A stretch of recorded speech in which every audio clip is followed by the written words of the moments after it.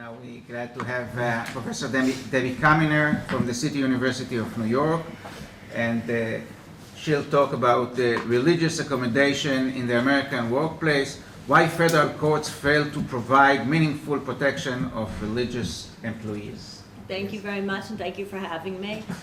I come at religion in a very different way than most people here do. What my talk is on is really not on constitutional issues, but rather on statutory interpretation.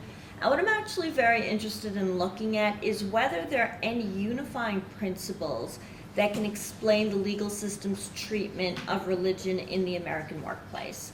And I look at this simply through their state laws as well as federal laws. I look only at the federal law.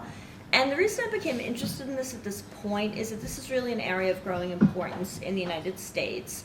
Over the last 15 years, the number of charges filed with the Eeoc has doubled. And I'm sure, as most of you know, just last week, the United States Supreme Court came down with its first case interpreting Section 701J, which mandates religious accommodation since 1986. So with Section 701J, which is part of Title VII, the large anti-discrimination legislation in the United States mandates, is reasonable accommodation of an employee's religious conduct if accommodation can be made without undue hardship. So by definition, that sounds as if it is requiring some type of differential or preferential treatment that more than simply neutrality is required. Okay, that's what it sounds like, right? Just based on the words. So what I look at is I look through the case law and see, well, are there any kind of unifying principles that can explain how the legal system has dealt with Section 701J? And the first unifying principle is formal equality. Now, the fact that courts rely on formal equality in employment discrimination cases should not be surprising, except for the fact that by definition, 701J mandates accommodation, right? So it's a little bit odd that you have the statute mandating accommodation, and yet courts are unable to get out of this sort of formal equality framework. The other thing which I think is interesting is that there are times that formal equality would be sufficient to address a claim for religious accommodation. So imagine you have employees where they each get 6 weeks of paid vacation days, and you have one employee who needs 2 days off for religious holidays. Formal equality in a case like that might be sufficient. The issue, though, is that courts really don't distinguish between cases where formal equality is sufficient and where formal equality is not sufficient. The second sort of unifying factor that I think exists in these cases is that courts tend to view religion as mutable. Now, the whole issue that courts in the United States, for the most part, only provide protection in the employment discrimination context to immutable characteristics and not to mutable characteristics. Again, that should not be surprising, except for the fact that by definition, Section 701J explicitly collapsed the conduct status distinction, right? So therefore, it shouldn't matter whether or not religion is something which is mutable or is immutable, because this conduct status distinction has been collapsed.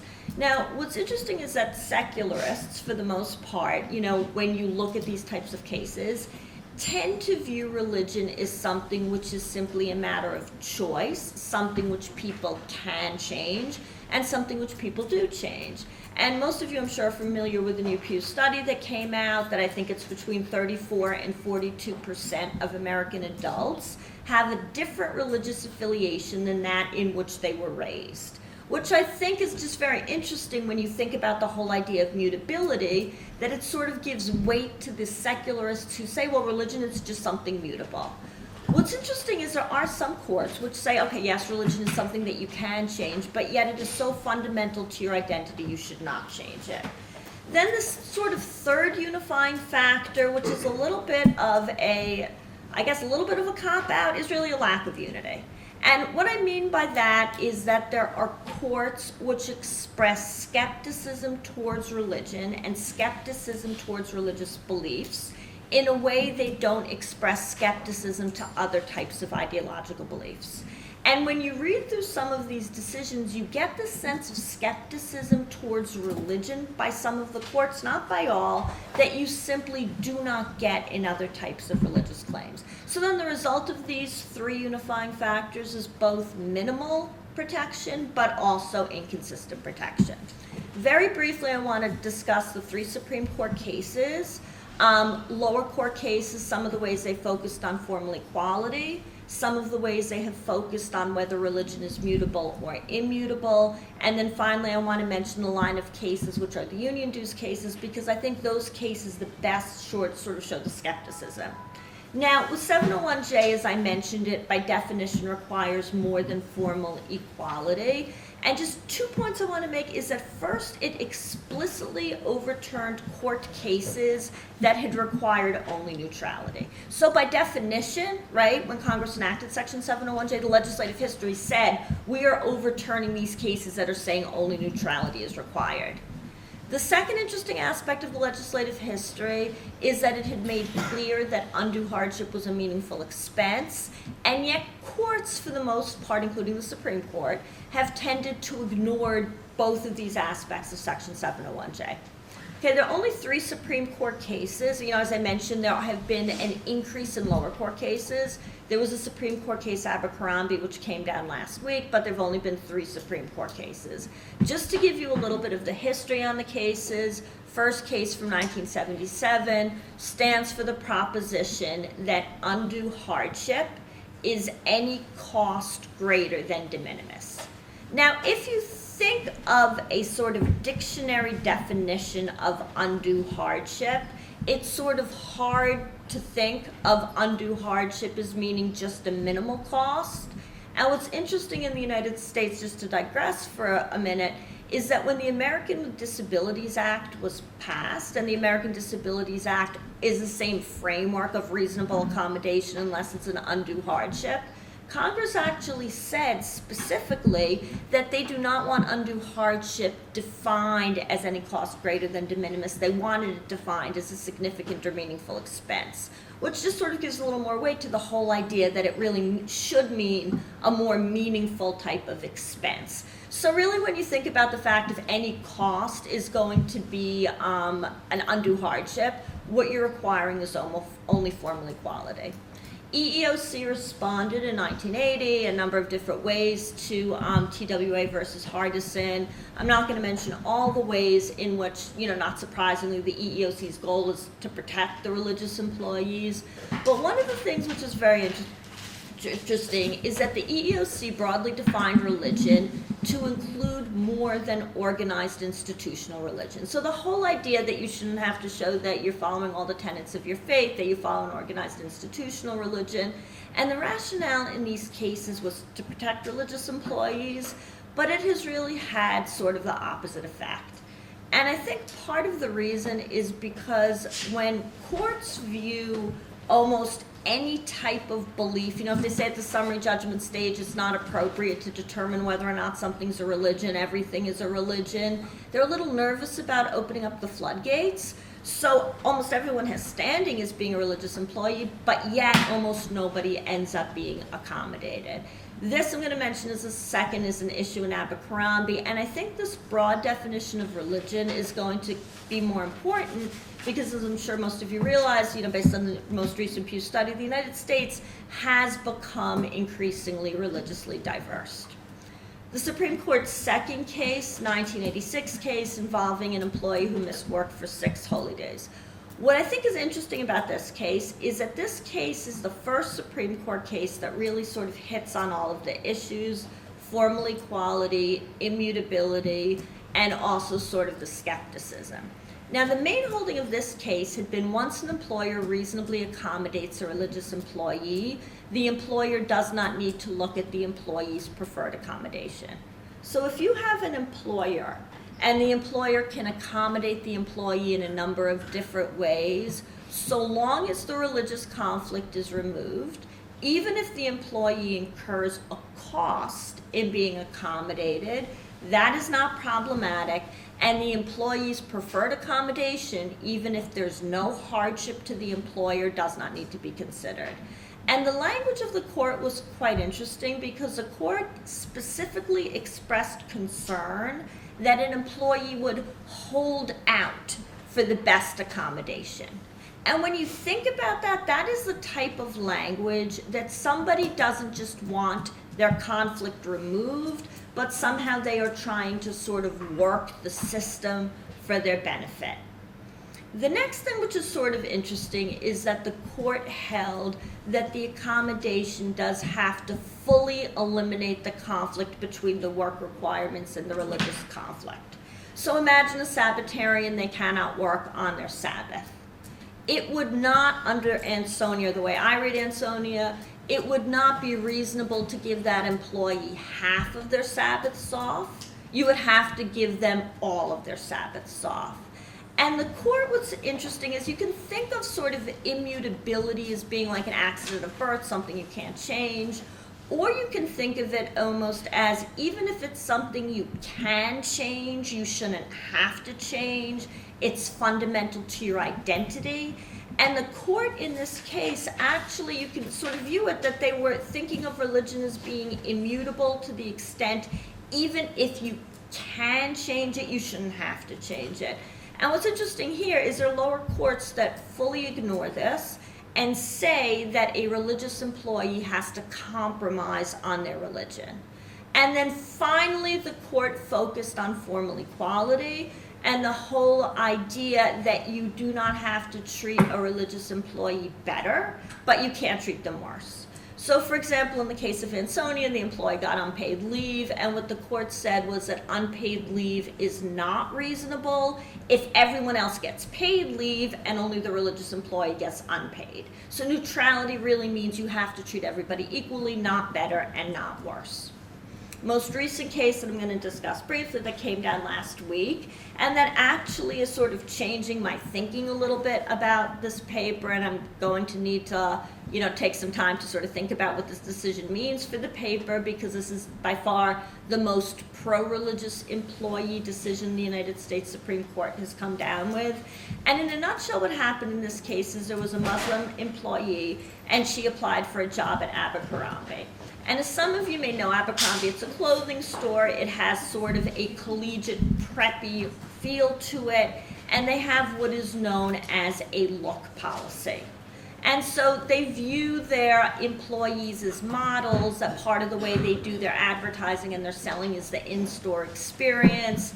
And the look policy had a neutral rule, no caps.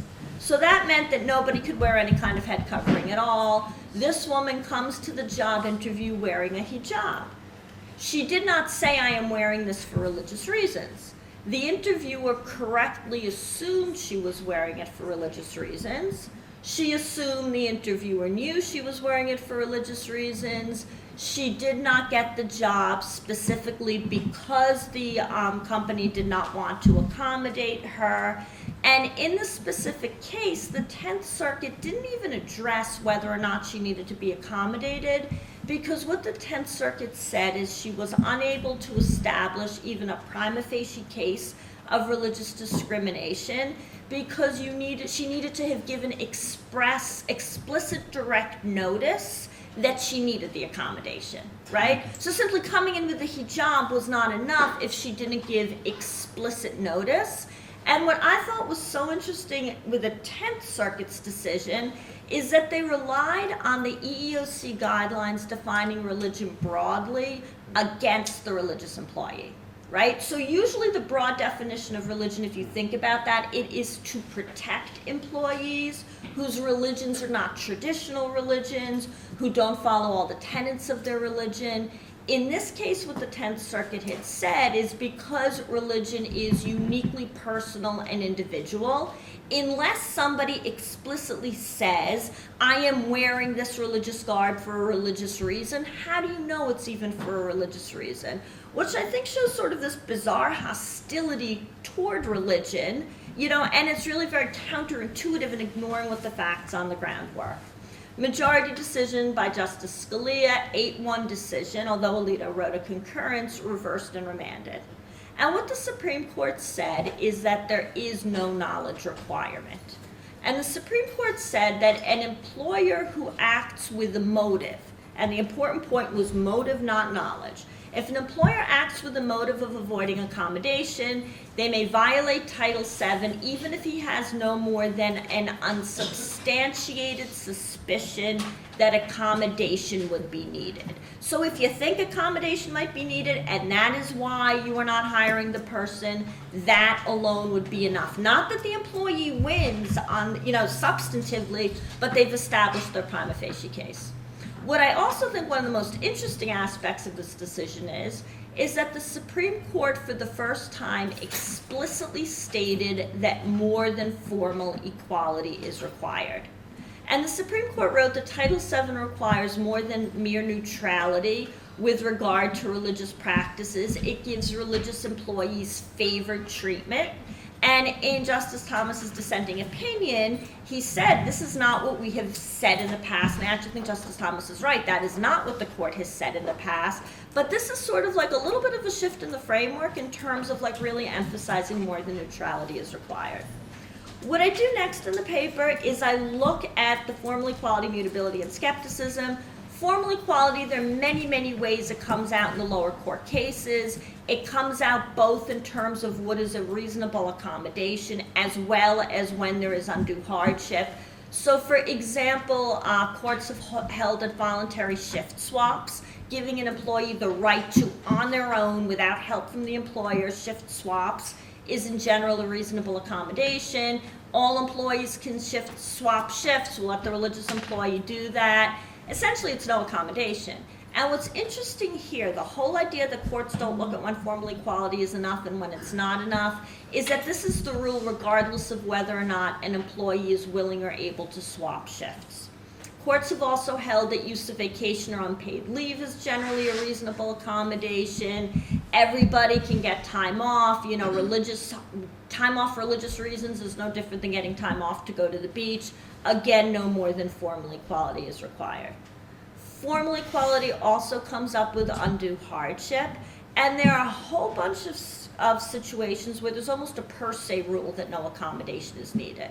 So for example, employers don't need to violate statutes or regulations. They don't need to accommodate in a way that leads to health and safety concerns. They don't need to incur economic inefficiency costs.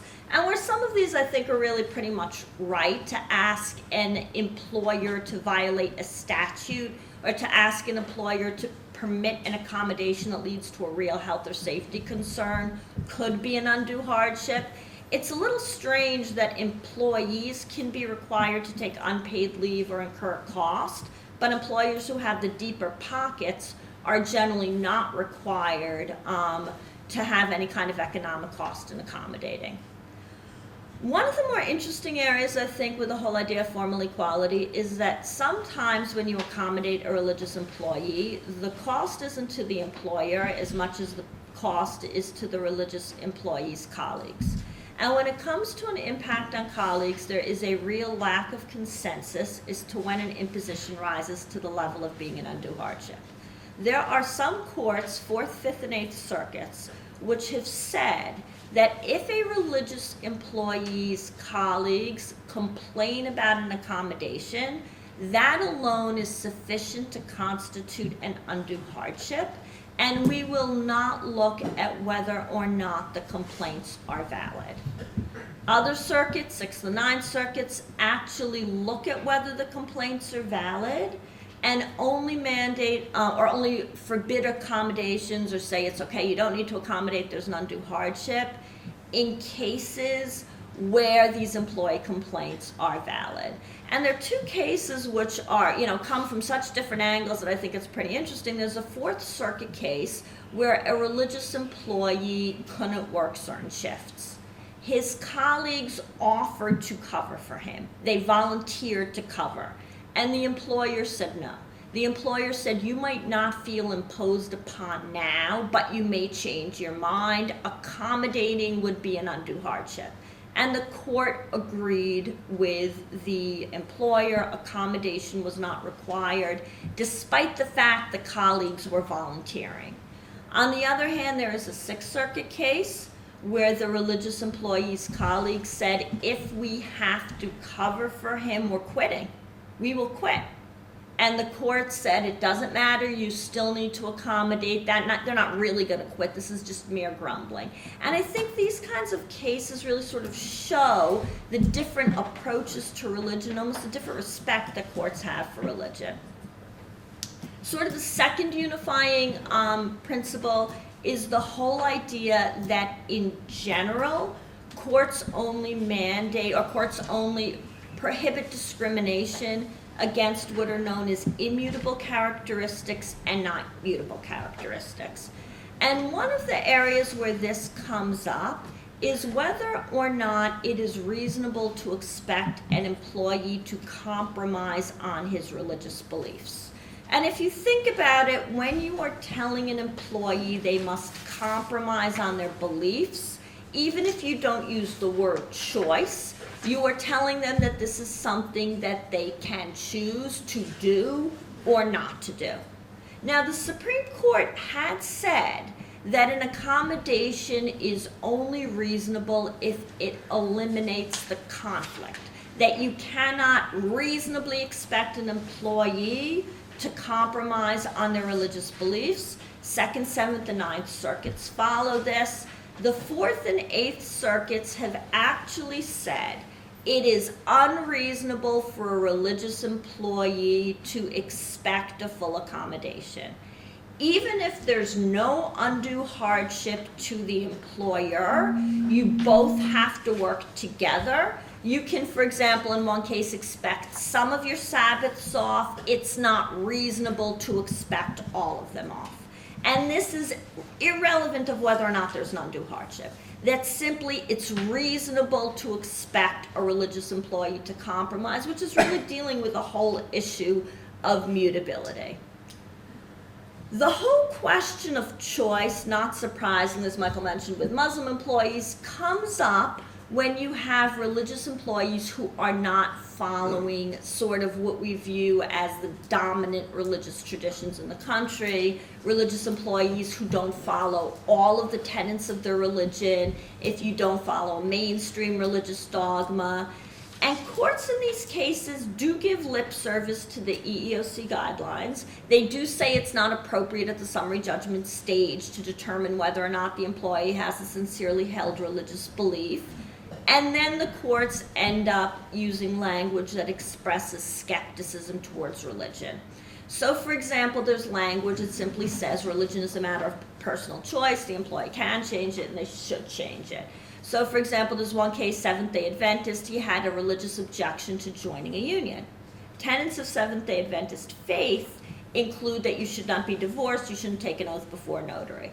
Because he was divorced and he took an oath before a notary, the court essentially held, well, he's picking and choosing which parts of his religion to follow, and therefore it's not a sincerely held religious belief, ignoring the fact you can sincerely hold some of the tenets of your faith and not all of them. This also, not surprisingly, is an issue when our religious beliefs change over time. You have an employee who's, started off non-observant, they become a strict Sabbatarian. In these types of cases, what courts tend to find is it's a matter of choice. You weren't religious, now you were religious, you're sort of just making it up. So this whole sort of view of mutability continues to come in. And then the line of cases which I think showed sort of the most skepticism towards religion are what are known as the union dues cases. Now, there are individuals who, for religious reasons, have a religious objection to paying union dues. And there is a unanimous rule in the United States by every circuit which has considered this, that if an employee has a religious objection to paying their union dues, they can instead make a mandatory substitute charitable contribution to a charity of their choice. And in these cases, courts actually talk about the fact the religious employee is not seeking something for nothing. They're not a free rider. Of course, implying that in other cases, a religious employee is a free rider and is seeking something for nothing. It also fully ignores the fact that the union wants to get its dues, right? The union's not getting any money. The money's going to a charity, and yet courts hold this to be a reasonable accommodation. Now, there have been cases where religious employees have a religious objection both to paying the union dues and to making the mandatory voluntary contribution. And in these cases, what the courts say is no. Don't want to pay. Exactly. And what's interesting is the court in these cases talk again about the fact, well, they're just free riders. And what's so interesting is that the courts totally ignore the fact. They talk about, general obligations to society. The union doesn't care about an obligation to society, right? What does the union want? The union wants its dues. But as long as the court is not skeptical because there's no financial incentive, then the court will mandate accommodation. And then finally, what with the union dues cases, which I think really sort of nails the point about the fact that it sort of shows a skepticism towards religion, is that religious objectors are treated worse than employees who have an ideological or sort of a First Amendment objection to paying union dues. So based on a Supreme Court case, these people are sometimes known as Beck objectors, where they are objecting to paying the ideological portion of the fee, the portion of the fee that supports ideological causes, but they're willing to pay the representation fee. These Beck objectors, not the religious objectors, people with ideological, non-religious objections, pay only part of the union fees, the representation fee. They don't pay the ideological fee, and there has been no requirement by any court that the ideological fee has to be paid to charity instead.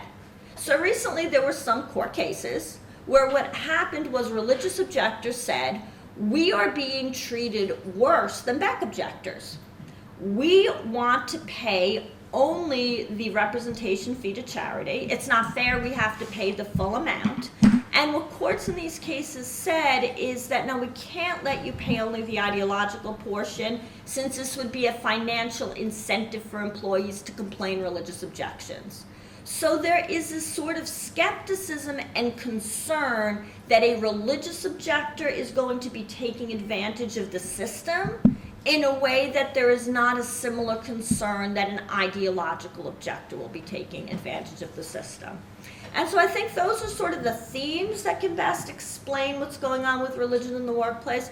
What I think is going to be very, very interesting is to see what impact, if any, not with the knowledge requirement the Supreme Court's decision has, but for the first time with stating that more than formal equality is required. And thank you very much. Thank you. Thank you very much. Again, very interesting, and I think many questions. So let's open up the discussion. Maybe if I just pick up on the last point you made there, and then the Supreme Court said Title VII requires favoured treatment was the language that you quoted. Right. And I thought that was interesting because there's different ways you can conceive of accommodation. There's simply some more substantive notion of equality maybe, or else favouring. But when they say favoured treatment, are they essentially just meaning accommodation beyond formal equality, or is this, and if that's what they're saying, is that dicta in this case, or? It is dicta. It is dicta in this case. I think that they are saying more than formal equality because the dissent explicitly was said, this is not what we have ever said before. What we have said in the past, and I didn't quote some of the language, is language along the lines that discrimination is prescribed whether it's at the majority versus whether it's at the minority. And here, for the first time, it seems that what the court is saying, and again, this is what it seems to me, is that simply formal equality is not enough in all cases, and that there are examples that you need some more like substantive type of equality. But it is dicta. It's just such a sharp contrast to what's happened in the past. Maybe if I can ask just if the Pew studies you quoted at the beginning, you might not drill down to this level. So I just wondered whether it was 30 to 40%. I think you said American adults have shifted their religion since birth, and I just wondered shifted to what. So You know, I don't have the study with me right now. It was some. That's the 2008 study? Or the recent? No, The the very recent recent one, the one that one. just came out last month, okay?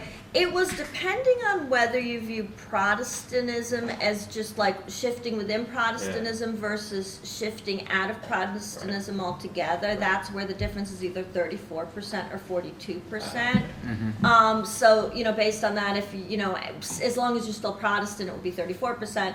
Some have shifted in terms of not having any religious affiliation. Some have shifted in terms of a different religious affiliation. So it covers a whole broad spectrum. But that's why I was being very general there. But it's either 34 or I think it was 41 or 42.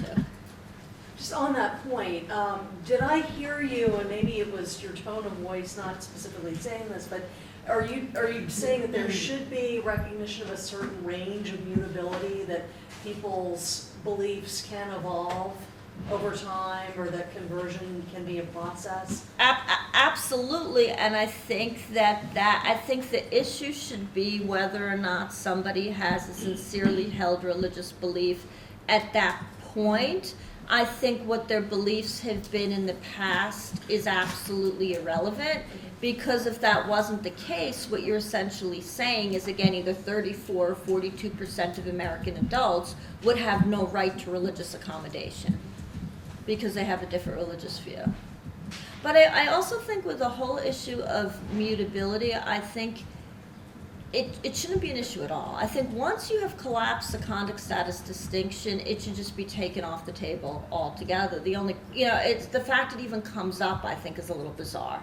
And the fact the whole idea of choice even comes up is a little bit bizarre. Is that a term of art in American conduct status distinction, if you can just... Well, the fact that, okay, what does it mean? Okay, the way 701J was amended was that this 701J, it's in the definition of religion. So in terms of conduct status distinction, your status as a religious individual includes somebody who needs an accommodation. Do you see what I'm saying? So it's like, there's no different, the definition of religion for under Title VII includes, it's a little bizarre the way it's actually drafted in, but the actual definition of religion includes the need for, you know, accommodation of your religious conduct. So if you think about something like racial discrimination, you simply can't discriminate against somebody, you know, you have to treat that, you know, leaving aside the whole issue of affirmative action, you can't refuse to hire somebody because they're black, you can't refuse to hire somebody because they're Asian, you know, racial discrimination.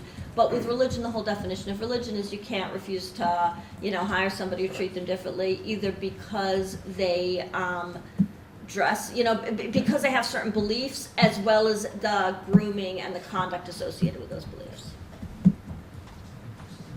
I wanted to ask, you showed distinctions between different circuits and how they treat this question, and I wanted to ask if you think that's a reflection of the geographic locations that the circuits are in, or how else could you explain that, the distinction between how the circuits deal with I think it is a difference between the geographic locations. I think that's often an issue. I think also in the United States there is a real,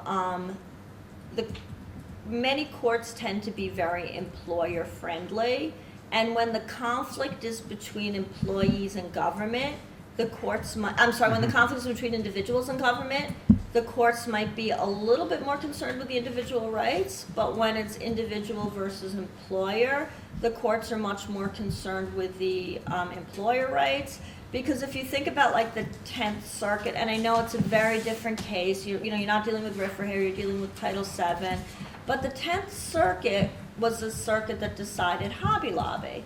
So they are very, and again, I understand to some extent it's comparing apples and oranges, but they're very favorable to a religious corporation, and yet very unfavorable to a religious employee. So I also, and this is something I may end up adding in, sort of this, I think part of it is not even religion specific, it's almost an anti-employee attitude in the United States. I have two questions, please. One is, to what extent is the size you are dealing with a big minority or a small minority influencing the right to accommodation in the Okay. workplace. Okay. And the second one, to what extent can you make applicable the rules on accommodation in the working place to other programs of accommodation like the schooling, electoral dates, and so on and so on? Okay, well, to answer your second question first, it's a totally different statute. I know. So I don't know enough about that to be able to really have any kind of an intelligent answer to it. In terms of your first question, I think courts tend to be particularly skeptical of religious beliefs that they view as unusual. Religious beliefs that are in the minority. So, for example, there was one woman, she claimed she was a member of the Church of Body Modification. She wanted to work at Costco, and she had multiple facial piercings. So first the court says, at the summary judgment stage, it's not appropriate to determine whether or not this is a religion, and then spends 3 pages talking about the fact that, we don't really think it is a religion. Sylvie. Yes. I'd like to make a more general comment Okay. regarding both Presentation. interventions. The impression I got is that when we speak of accommodation or exemptions, the idea is that, the best option is that the state does not know anything about religion. The state should stick only to the government interest, but everything else is forbidden land. And so the state should ignore not only theology, and this I can understand, but also history and sociology and everything else. In the sense that in no way the state could say for Judaism, circumcision is more important than having separate pavements for men and women. Because this assessment should be done just by the faithful. I wonder whether this approach is the correct one. I wonder whether we are not taking an extremely positivistic attitude, cutting out law from everything else, from history, from how people live, etc., etc. And second, I wonder whether there is not the presumption behind this attitude that religion can be understood only by the faithful. But everybody who is not part of the community can't understand what religion is. This is pushing things too far. We are running into a lot of dangers if we take this road, in my opinion. That was the comment coming out from these two papers on my part. Thank you. Want to respond? Maybe I should jump in on that one. Okay. Right. Yeah. Thank you, Silvio, for that. It reminds me of something, a book I read by Francesco Ruffini on religious liberty, and he was making the point, he was talking about religious equality of churches and institutions, that to compare the Catholic Church as native Italy with other denominations and think that the other ones must have absolutely the same level of whatever privilege, protections, funding, whatever, is just to be hostage to a very abstract version of equality that takes no account of history, traditions. And this came through the Lautsi decision again, some of this thing. Thank you for that. My question I have is it Debbie, yes, right. Do you get clashes in the cases between? maybe I make it artificial, but what if you got a for-profit, closely held corporation with religious owners? Okay, and you've got a religious employee who insists they want some accommodation, and the religious employers view they do not deserve it, or whatever, you know. That was the Hobby Lobby. Well, it's a bit, not quite like Hobby Lobby, but getting. There are exceptions for religious I corporations. mean, you've got a clash yeah. of.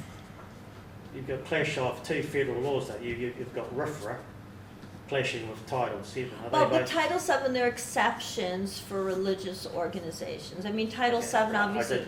I just wonder what yields to which, or what's the interplay, but this is a more technical question between these two pieces of legislation. Am I setting up a clash that's not there? I think the clash, for the most part, is not there because Title VII, it does not apply to religious organizations. So, you know, Title VII is not going to tell you that, you know, a temple, a church, a Jewish charity has to go. My example was a for-profit, closely held corporation. How closely held? Because Title VII, you need at least 15 employees. Oh, well, I'm just trying to. Yeah. Okay. Yeah, The Hobby Lobby. there's a case in the early late 80s where the court, there are a couple of concurrences talking about the for-profit piece of it, and they make clear that the court hasn't issued a decision as to what extent.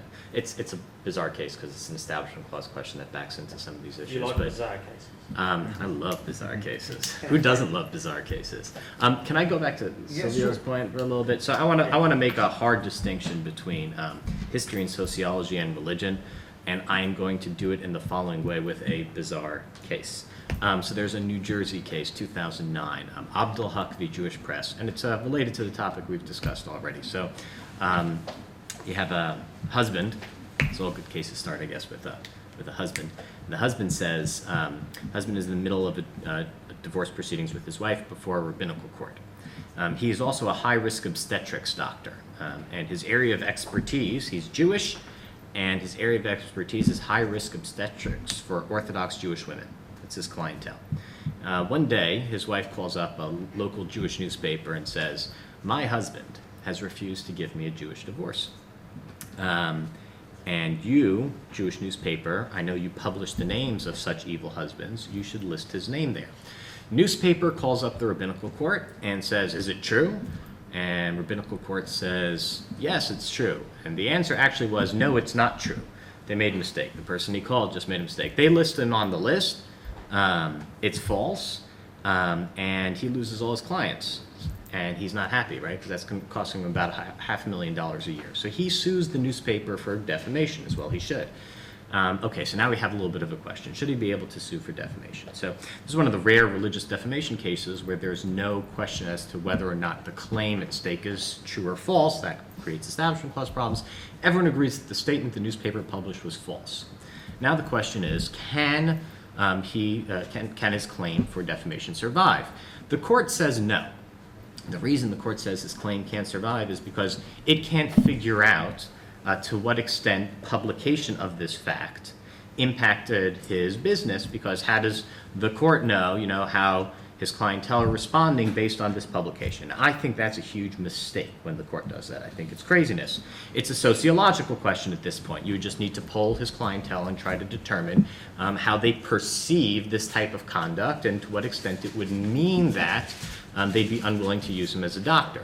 And that's sociology. And I feel kind of somewhat similarly about history. What I'm objecting to be crystal clear, and this is again what I said to Mark before, it's very different for a court to engage in history and sociology than it is for the government to pass a law and then to determine who gets an exemption from the law based on what the government thinks is a substantial or insubstantial burden. And that's the government setting up a typology of religion that has theological origins and dispensing burdens to its citizens on the basis of its own theological claims.